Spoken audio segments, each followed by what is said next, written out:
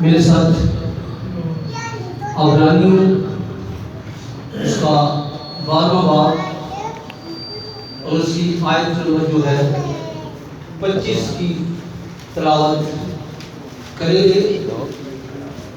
جیسے بہت سی آیتوں کو کہا گیا ہے کہ یہ اس کتاب کی مرکزی آیت ہے، اسی طرح یہ بھی عبرانیوں کی جو خط ہے اس کی یہ مرکزی آیت ہے۔ عبرانیوں 12:25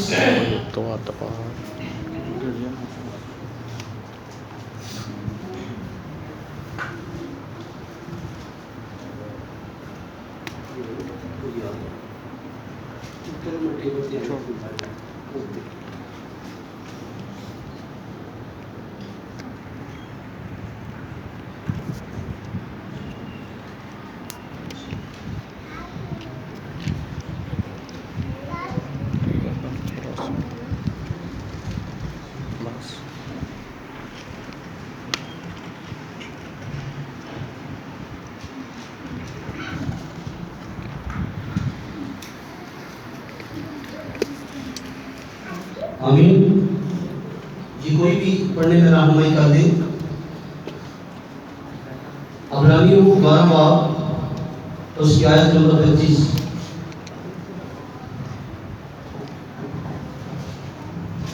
عبرانیوں 12 باب اس کی 25 آیت۔ خبردار اس کہنے والے کا انکار نہ کرنا، کیونکہ جب وہ لوگ زمین پر ہدایت کرنے والے کا انکار کر کے نہ بچ سکے تو ہم آسمان پر کے ہدایت کرنے والے سے منہ موڑ کر کیوں بچ سکیں گے؟ آمین۔ خدا کا کلام پڑھا سنا جانا ہم سب کو کسی پیسے ہو تشریف رکھیے صاحب۔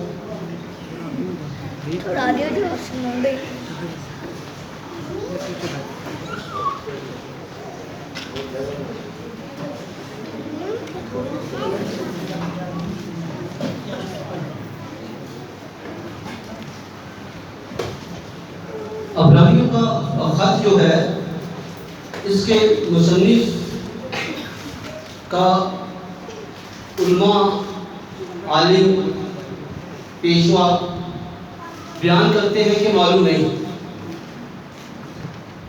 لیکن میں اس خط کی جب اسٹڈی کرتا ہوں، اس کے لفظوں پر غور کرتا ہوں تو یہ تمام لفظ اگر ہم پیچھے خطوں میں پڑھیں تو پالوس رسول کے لفظ ہیں۔ اور دوسری بات سے جو مجھے پرابلم ہے وہ یہ ہے کہ بائبل تو کہیں بھی کوئی کام گپتا رکھتی نہیں، ہر چیز اس میں عیاں واضح۔ پھر یہ کیوں کہ یہ جو ہے اس کا مصنف کا پتہ نہیں، اور جس چیز کا پتہ ہی نہیں ہم اس پر ایمان کیوں رکھیں؟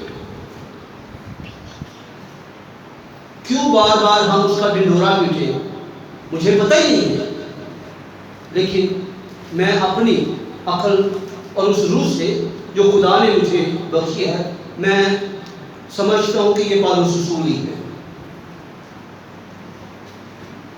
پالوس رسول کی خدمت کے دورانیہ میں کوئی اور آپ کو شخصیت نظر نہیں آتی جس نے ایسی جو خطوں میں ہمیں خدمت ملتی ہے کسی اور نے کی ہوئی۔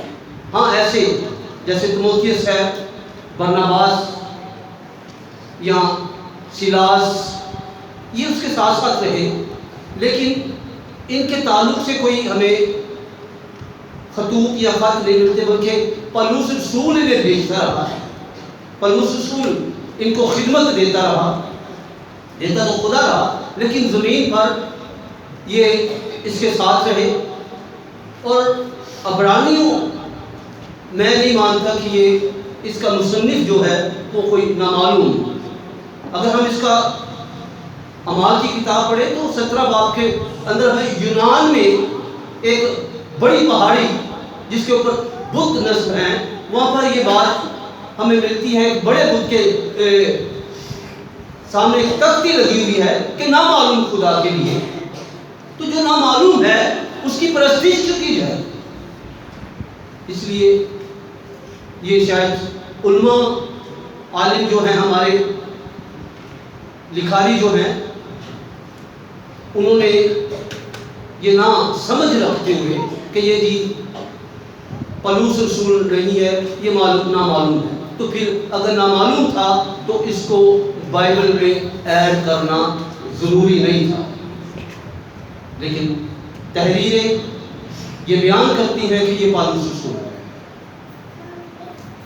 اور پالوس رسول 6 سال کی عمر میں اس نے توریت میں جتنی کتابیں ہیں وہ حفظ کر چکا تھا 6 سال کی عمر میں، اور جب وہ 14 سال کا ہوا تو وہ یروشلم میں آیا تھا،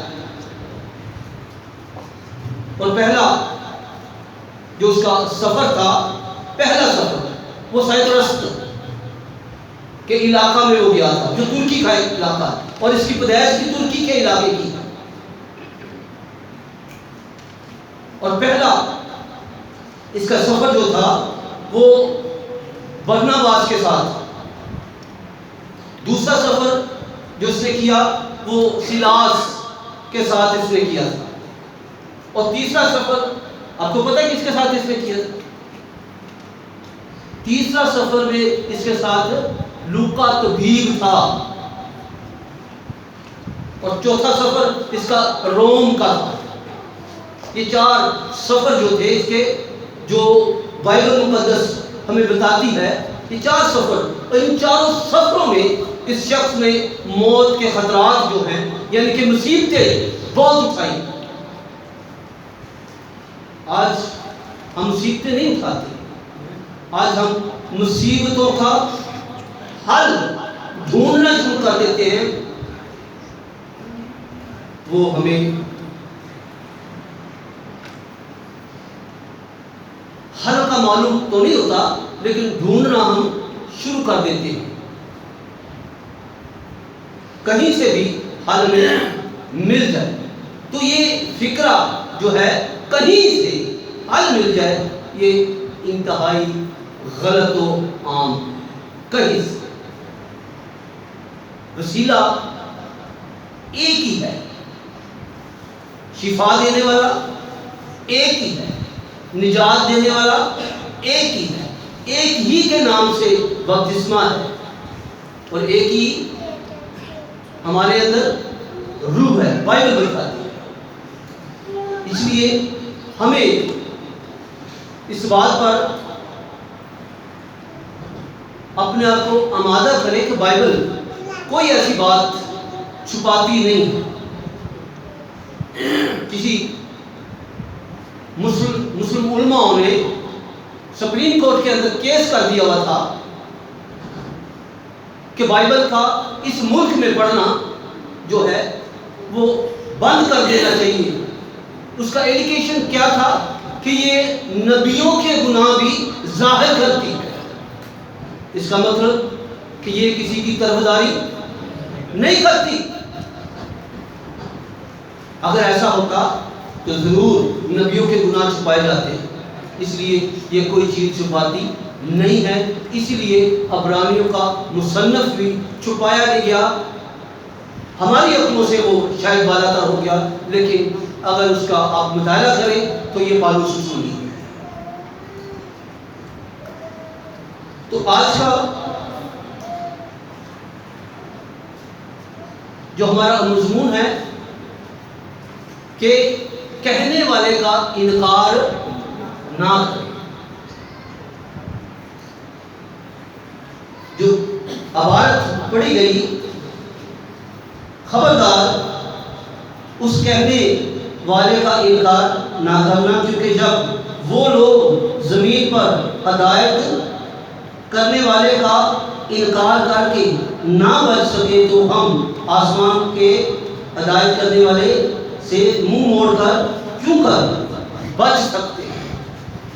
زمین پر آپ بائبل مقدس پڑھیں تو ایک وسیع وقت خدمت کا منادی کا اور تعلیم دینے کا اور ہدایت کرنے کا ایک وقت طویل وقت ایک شخص نے گزارا، اور نوح نبی 120 سال وہ لوگوں کو یہ منادی کرتا رہا کہ توبہ کرو، طوفان آ جائے گا، پانی آ جائے گا، آپ سب مر جائیں گے، آپ کے لیے ہر چیز فنا و تباہ ہو جائے گی، لیکن کسی نے اس بات کو خاطر میں نہ لائے۔ راست بات بولتے ہیں، منادی کرتے ہیں، اور کوئی خاطر میں نہیں لاتا، جیسا ہم 57 باب عیسائیہ میں پڑھتے ہیں کہ راست باز اٹھا لیے جاتے ہیں اور کوئی بھی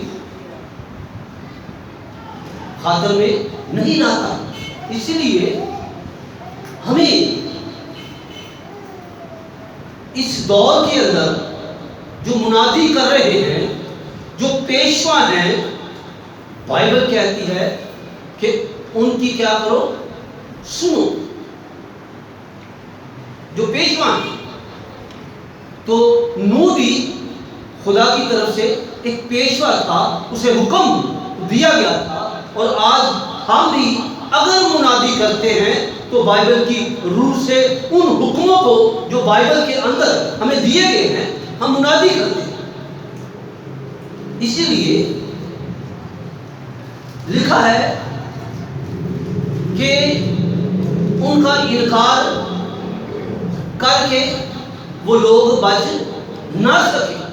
اگر ہم اس کا جو آسمان پر ہے، جس نے یہ خدا، جس نے اپنا کلام ہمیں دیا ہے، جس نے اپنے کلام سے ہمیں منور کیا ہوا ہے، روشن کیا ہوا ہے، جس کے لیے سلیمان داؤد زبور 119 کے اندر 105 آیت میں کیا کہتا ہے کہ تیرا کلام میرے قدموں کے لیے چراغ ہے اور میری راہ کے لیے روشنی ہے۔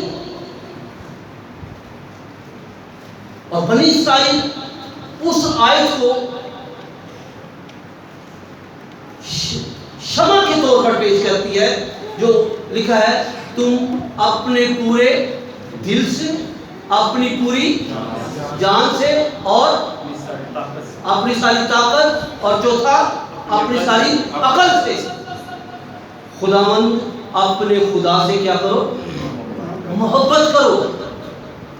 تو یہ جو سلسلہ آج ایک رسم جو ہم بائبل کی روح سے نبھانے والے ہیں، یہ ایک عہد ہے، یہ خدا کی طرف سے ہمیں ایک پیغام ہے۔ اگر ہم اس سے انکار کرتے ہیں تو کیا ہم بچ سکتے ہیں؟ کیوں؟ کیونکہ یہ خدا کی طرف سے۔ فریسیوں اور فقیوں فریسیوں نے یسوع مسیح کو پھنسانے کے لیے ایک بات کہی۔ کیا کہا؟ یاد ہے یوحنا کے تعلق سے کیا کہا تھا جی؟ کس کے حکم سے تو کام کرتا ہے؟ تو کس کے حکم سے یہ کام کر؟ تو کہتا ہے یہ تو میں تمہیں بعد میں بتاؤں گا، مجھے پہلے یہ بتاؤ کہ یوحنا کا بپتسمہ جو ہے آسمان کی طرف سے تھا کہ زمین کی طرف سے؟ تو کیا کہا انہوں نے؟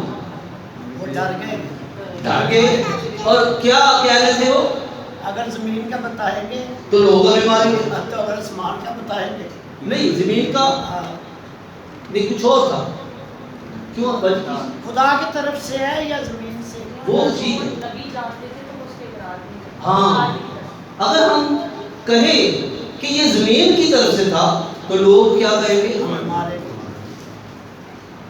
آسمان کی طرف سے مقرر کیا گیا تھا، اور لوگ اس کا انکار بھی نہیں کرتے تھے۔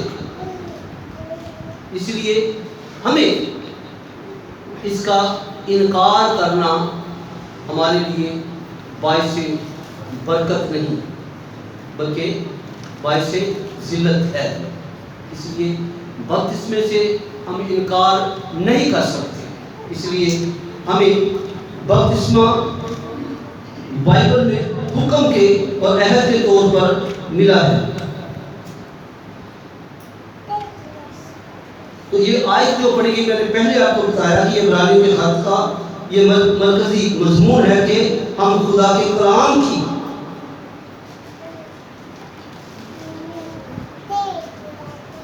جو باتیں ہیں ان سے انکار نہیں کر سکتے.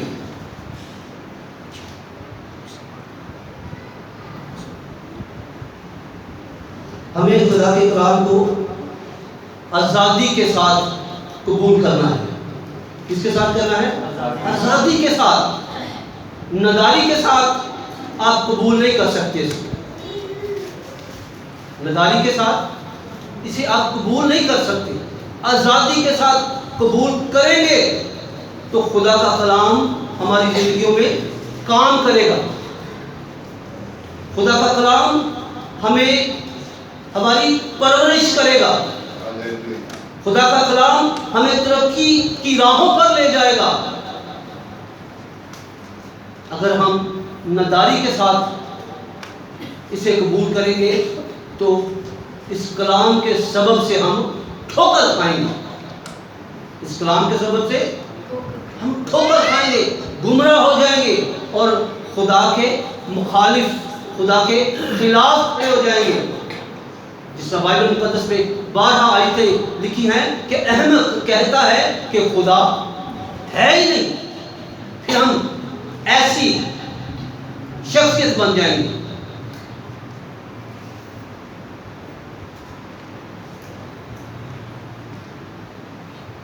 ہمیں کلام کی آزادی کو سننا اور مسیحی بشارت کا کام ہمیں کرنا چاہیے. مسیحی بشارت کا کام ہمیں مسیحی بشارت کیا ہے؟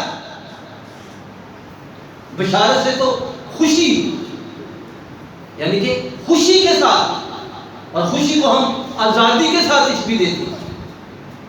جب ہم خوشی کے ساتھ نہیں کرتے تو یہ کلام نہ میری زندگی میں کام کرتا ہے اور نہ سننے والے کی زندگی میں کام کرتا ہے، کیونکہ میری بشارت ہی ناداری کے ساتھ ہے، خوشی کے ساتھ نہیں.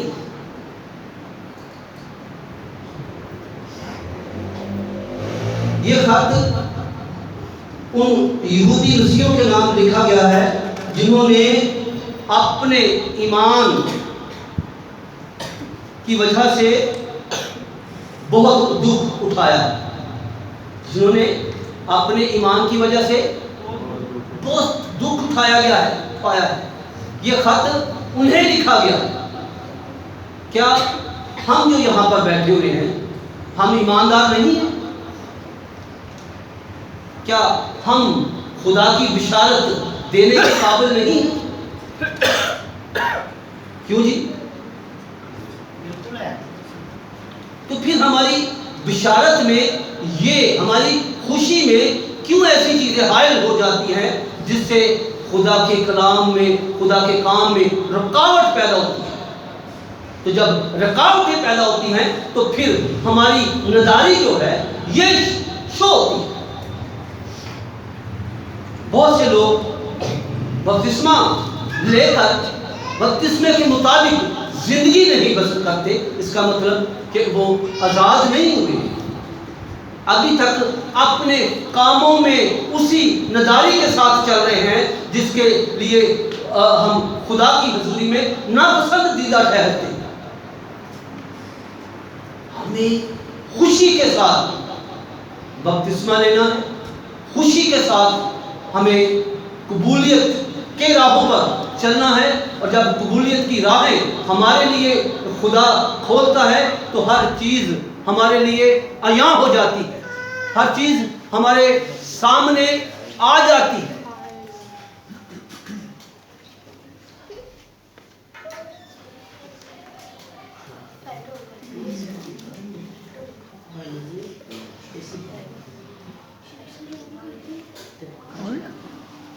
جی آگے بیٹھا، آپ چلے بیٹھے ہیں.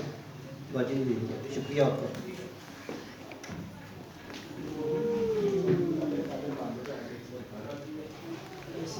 اور ایمان کی وجہ سے بہت لوگ دکھ اٹھاتے ہیں.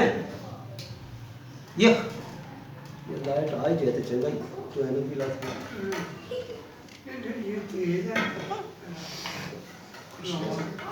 نہیں آ گئی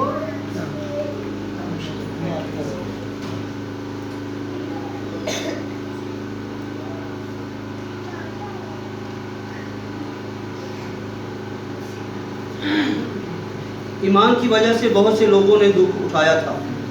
خط کے آغاز میں بتایا گیا ہے کہ کس طرح پہلے زمانہ میں خدا نے اپنے لوگوں سے کلام کیا اور کس طرح اب اپنے بیٹے کے وسیلہ سے کلام کرتا ہے. خدا نے ہمیں بتایا ان دکھ اٹھانے والوں کے لیے.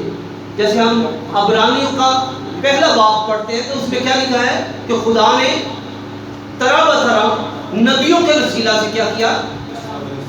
کلام کیا. اور آخر میں اس نے کیا کیا؟ اپنے بیٹے کے وسیلہ سے اس کی معرفت ہمارے ساتھ کلام کیا. اور بیٹا یوں بیان کرتا ہے کہ جو کوئی نئے سرے سے پیدا نہیں ہوتا وہ خدا کی بادشاہت میں داخل نہیں ہو سکتا. بیٹے کا بیانیہ ہمارے سامنے بائبل مقدس رکھتی. آخر میں خدا نے کیا کیا کہ اپنے بیٹے کے وسیلہ سے کلام کیا. اور جب ہم بیٹے کی بات کا انکار کریں گے تو کس طرح ہم بچ سکتے ہیں؟ گناہ کبھی بھی ہمیں ابدی راہوں پر لے کر نہیں جا سکتا. اگر کوئی ابدی راہوں پر لے کر جا سکتا ہے تو وہ خدا کا بیٹا یسوع مسیح ہے. اگر ہم اسی کا انکار کر دیں تو پھر یہ ہمارے لیے نامناسب باتیں ہمیں موت کی راہوں پر لے جائیں گی.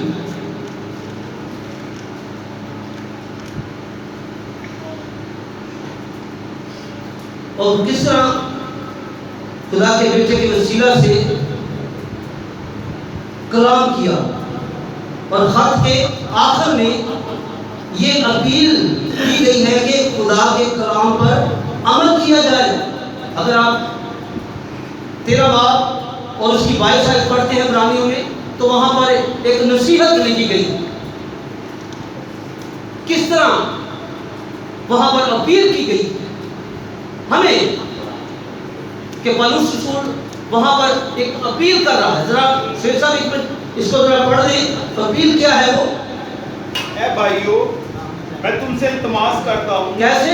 اے بھائیوں میں تم سے التماس کرتا ہوں, تمہاری منت کرتا ہوں, تمہارے حضور گڑ گڑا رہا ہوں کہ اس نصیحت کے کلام کی برداشت کرو. اس نصیحت کے کلام کی برداشت کرو. کیا کرو؟ برداشت. یار سن لو کی ہو گیا ہے. اس نصیحت کے کلام کی کیا کرو؟ برداشت کرو. برداشت یعنی کہ ہمارے اندر کلام کو برداشت کرنے کی بھی قوت ہونی چاہیے. یہ کوئی عام باتیں نہیں ہیں جسے ہم برداشت کر لیں. خدا کا کلام برداشت کرنا بہت ضروری ہے اور اس کے لیے ہمیں روحانی ہمت کی ضرورت ہے. دنیاوی ہمت سے ہم اسے برداشت نہیں کر سکتے. جی شیخ صاحب. کیونکہ میں نے تمہیں مختصر طور پر لکھا ہے. میں نے تمہیں صاف صاف لکھ دیا ہے, مختصر طور پر لکھا ہے. اسی حوالے میں اعمال کی کتاب میں بھی ہمیں یہ ایک ملتا ہے. شیخ صاحب پڑھ دیں 13-15.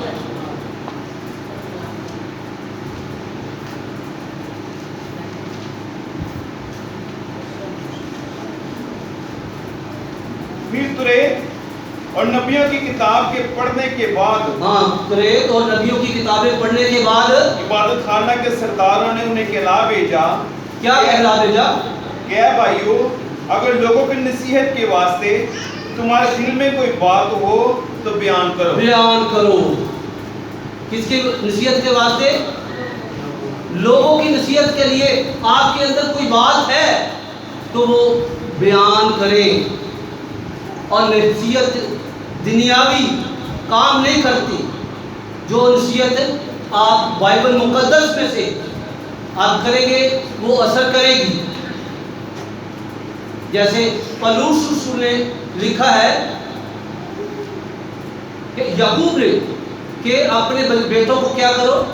نصیحت دے کر. اور نصیحت کہاں سے ہم نے سیکھی ہے؟ کہاں سے؟ خدا کے کلام سے ہی ہم سیکھیں گے. اور جب تک ہم یہ کلام پڑھتے اور اپنے اندر اس کو رکھتے نہیں ہم برداشت نہیں کر سکتے. آپ کے اندر کلام ہوگا تو آپ کی نصیحت جو ہے وہ ہضم ہو جائے گی، ضبط ہو جائے گی اندر ہی.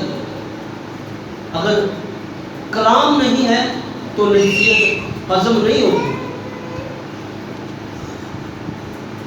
اس لیے کلام کو اپنے اندر رکھیں. یہ آپ کے اندر کیا کرے گا؟ برداشت پیدا کرے گا. اگر برداشت نہیں ہے تو آپ ایک دنیا دار لوگ کہلائیں گے، لیکن یسوع مسیح کے لوگ اس دنیا کے لوگ نہیں ہیں. اگر آپ نے یسوع کے لوگ بننا ہے تو پھر اس کا کلام اپنے اندر رکھیں، اس کی باتوں کو مانیں، انکار مت کریں. تب ہی ہم یہ ممکن ہے کہ ہم ایسے بن سکیں. اور کہا گیا ہے کہ جہاں پر یہ بات اس وقت کی گئی جب لوگوں کو شریعت پڑھ کر سنائی گئی تو پولس ان لوگوں کو لکھ رہا ہے کہ جن کی جائیدادیں چھین لی گئی ہیں، جن کو قید کیا گیا ہے اور دکھ دیے گئے ہیں، آزاد رہنے والے بہن بھائی اپنے قیدی بھائیوں کا ساتھ نہ چھوڑے. اپنے یہ وہ لوگ ہیں جو قید نہیں کیے گئے، جو برداشت کرتے رہے. اور لکھا کہ ایسے لوگ جو ہیں ان بہن بھائیوں کے لیے جو قید کیے گئے ہیں ان کے لیے کیا کریں؟ دعا کریں. آج اس دور کے اندر یہ بات نظر نہیں آتی. اور اگر کوئی شخص راست باز یا ناراض شخص آج بھی قید میں ڈالا جاتا ہے تو ان کے لیے دعاؤں کا سلسلہ جو ہے وہ نظر نہیں آتا. ہونی چاہیے کہ نہیں ہونی چاہیے؟ ہم دکھاوا بہت یوٹیوب پر دیکھتے ہیں جو فلاں خادم فلاں تھا، آج ادھر گیا ہوا تھا، ادھر گیا ہوا تھا، ہسپتال گیا ہوا تھا، قیدیوں کے پاس گیا ہوا تھا. لیکن یہ چیزیں دکھاوے سے جانے سے نہیں ہو سکتی. ضروری ہے آپ اپنے گھر میں بیٹھ کر روح کے ساتھ دعا کریں گے تو یہ دعا ان کے لیے کام کرے گی. پطرس جب قید میں تھا تو کلیسیا کہاں تھی؟ تو کیا کر رہی تھی؟ کہاں پر بیٹھ کے اور دعا کر رہی تھی. اور وہ دعا کر رہی تھی اور وہ آزاد ہو کر ان کے پاس بھی پہنچ گیا. یہ ضروری نہیں ہے کہ آپ جا کر وزٹ کریں گے تو یہ سب کچھ ہوگا. آپ ایک جماعت کے ساتھ جہاں بھی بیٹھ کر دعا کریں گے تو وہ دعا جو دل سے کی جائے گی وہ ضرور کامیاب ہوگی. کیوں؟ یسوع مسیح سچا ہے. اس نے کہا ہے کہ جہاں میرے نام سے جمع ہوں گے میں ان کے درمیان میں کیا ہوں؟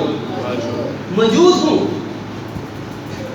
تو بپتسمہ جو لینے والے آج بچے ہیں اس ایمان کے ساتھ بپتسمہ لیں، اس خوشی کے ساتھ بپتسمہ لیں کہ یسوع مسیح ہمارے ساتھ ہے، بلکہ وہ ہمارے اندر ہے۔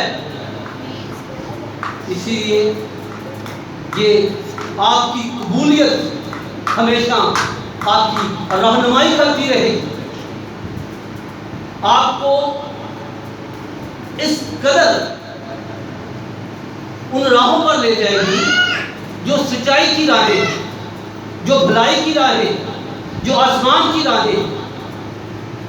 اگر سچائی کے ساتھ نہیں لیں گے تو پھر یہ بپتسمہ ہمارے لیے خطرناک ہو سکتا ہے، جیسے بنی اسرائیل قوم کے لیے جو مصر سے نکلی تھی ان کے لیے خطرناک ہو گیا، ہمارے لیے بھی ایسا ممکن ہو سکتا ہے۔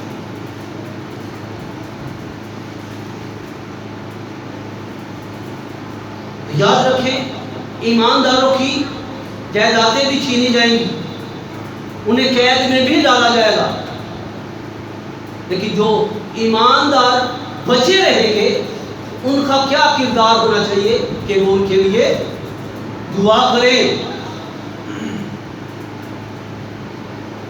یہ تکیہ نہ کریں اوہو اے شاید گناہ گار تھی۔ بائبل کی یہ تعلیم نہیں ہے۔ اور دو جو ہیکل میں شخص تھے، آپ نے بخوبی ان کا پیغام، ان کی وہ بیان جو انہوں نے وہاں پر ہیکل میں دیا سنا۔ ایک اور بیان بہت بڑا، ایک بڑے نبی نے یہ بیان دیا، وہ خدا سے کہتا ہے کہ دیکھ اب میں اکیلا ہی بچا ہوں،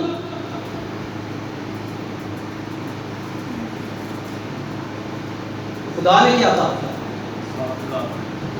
او بھائی، خدا کسی پہ ڈیپینڈ نہیں کرتا۔ بائبل میں لکھا ہے ایوب کی کتاب میں کہ وہ اپنے قدوسیوں کا اعتبار نہیں کرتا۔ اس نے کہا ایلیا سے، اور میں نے بھائی اور 7,000 بچا کے رکھے ہوئے ہیں ایماندار، وہ کلا ہی نہیں۔ ہمیں اپنی ایمانداری پر تکیہ نہیں کرنا، ایک بھی ایماندار نہیں ہوگا تو خدا کا کام پھر بھی چلے گا، خدا کا جلال پھر بھی ظاہر ہوگا۔ بائبل اس دن پادری صاحب نے ایک جگہ پر کلام سنایا کہ کوئی ایک بھی راست باز نہیں، لیکن خدا کی نگاہ میں پتہ نہیں کون کون راست باز، وہ ڈاکو بن سکتا ہے تو کیا ہم میں سے کوئی نہیں بن سکتا؟ اس بات پر تکیہ نہ کریں کہ میں راست باز ہوں، میں نے بپتسمہ لے لیا ہے، میرے سارے گناہ معاف ہو گئے، یہ خدا بہتر جانتا ہے۔